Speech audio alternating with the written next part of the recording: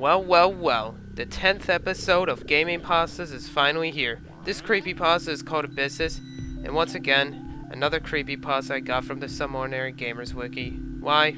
Because that's basically my main source of gaming creepypastas, though I do need to use other sources. I'm sure the creepypasta wiki has its own gaming creepypasta portals. Does it? Because I remember it does.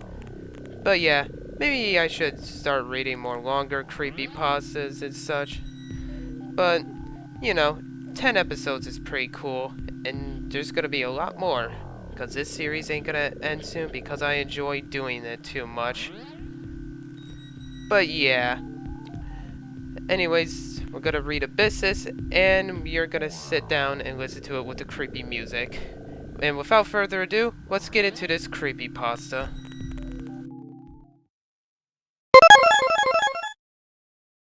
Not every game is put out for the public. There are some games that have been scrapped, unreleased, or taken down for various reasons. There existed one such game called Abyssus, released in 1996. It was quickly taken down for some unknown reason. This was the year of Flash Player's initial release, and this game was one of the first to utilize it. It was only available on one website which no longer exists. The website was called www.gameland.net. However, this URL no longer exists and there is no record of it ever existing. Today I believe to have found that game. After years of searching for this apparently, quote, lost or hidden game, unquote, I have finally found it. Or so I think. Someone sold it to me through a certain website, although the seller, whose name I will not mention, warned me of its content. I was prepared for anything that day. The seller had claimed to have downloaded a copy of the Flash game and put it on a disc. There was only one way to find out if it was a real game.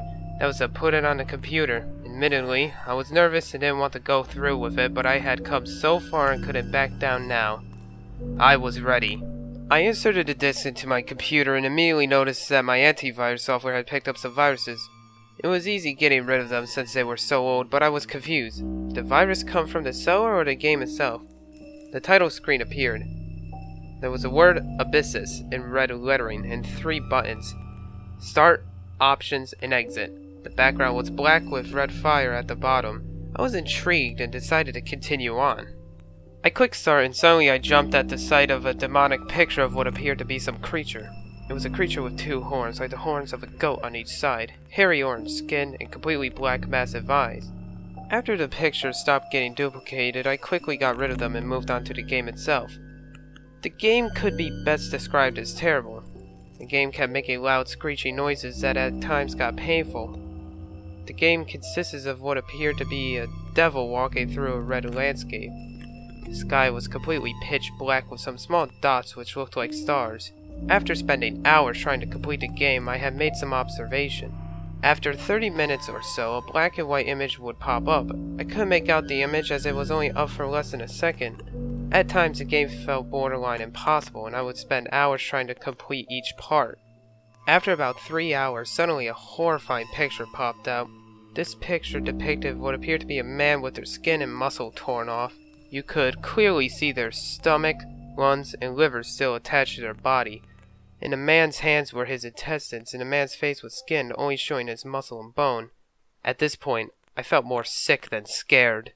As I sat there playing the game, suddenly something touched me. I started to feel nervous but shrugged it off. Again, I felt something touch me, but this time I knew it was definitely something. Before I could turn around, I felt a cold hand touch my shoulder. I immediately turned over to see my friend standing behind. "What the hell are you doing here, and how did you get in?" I asked. "Your mom let me in, and I just wanted to see what you were doing," my friend responded. I told him that I was pretty busy and that he should come back later. After much persuasion, he finally left so I could continue with the game. Anyway, as I kept playing, I started to feel nauseous and sick. I was almost thinking of quitting until I had approached what appeared to be the end of the game. At the end was a yellow door which read in black lettering, Enlightenment. This creeped me out, but I reassured myself that it was only a game. I wondered what could be so, quote-unquote, enlightening. I decided to go on. I went up to the door and pressed Enter.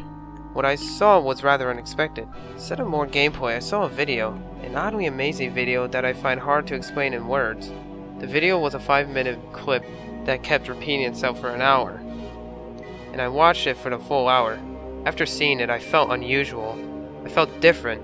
I felt as though I had been cleansed, purified. It was truly amazing. Finally, the game ended and my computer crashed. Took the game out of the disk drive. I didn't understand why the game was banned. If anything, I felt more people should have had a chance to experience that truly wonderful video at the end.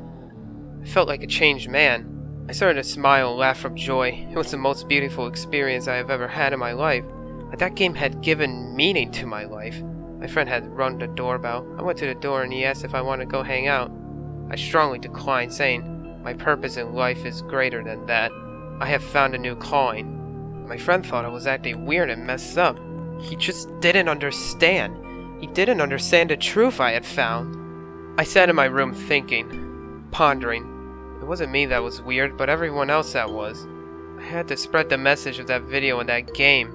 Sweat only went down my skin as I thought about that divine video. I decided to get some fresh air. I went outside and looked up into the blue sky. I closed my eyes as a cold wind slowly caressed my skin. The fresh smell of air, the grass, the plants were amazing. The beautiful sound of birds chirping was always calming. I had truly been enlightened. My mom had called me. I told her that I was coming and then got back inside the house.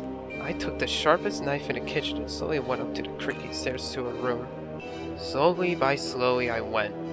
Indeed, I had been truly enlightened.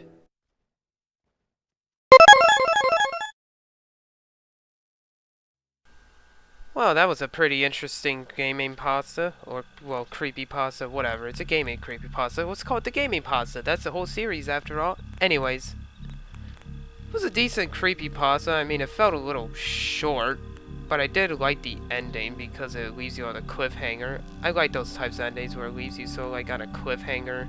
Like, I mean, you could tell that the dude was about to murder his mom or something.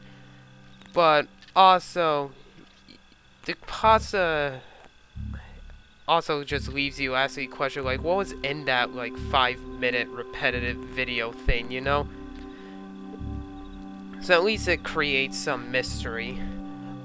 But other than that, my only real complaint with it is that it felt short, and also the whole picture of the dude without the skin just was a little to me. But then again, so many creepypastas do that whole super gory stuff.